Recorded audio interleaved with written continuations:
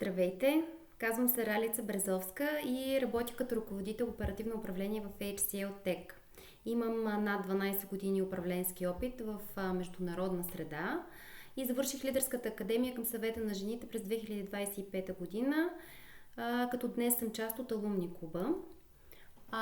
Моята мотивация да се кандидатирам за член на управителния съвет е свързана с ускоряващите се глобални промени и нуждата хората и организациите да бъдат подготвени за тях. В света, в който живеем днес, най-важното умение не е да знаем всичко, а да можем да се адаптираме.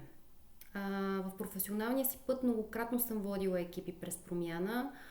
Видяла съм, че когато хората имат общност, подкрепа и ясна посока, те не просто се справят, те растат чрез промяната. И моята визия е в три направления.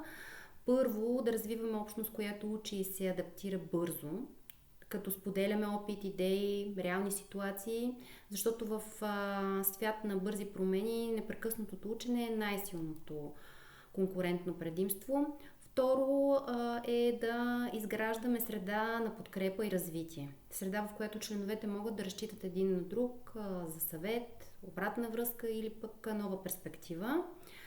И третото е да използваме нашата експертиза, за да създаваме стойност за обществото. Вярвам, че бъдещето принадлежи на общности, които се учат, адаптират и действат заедно.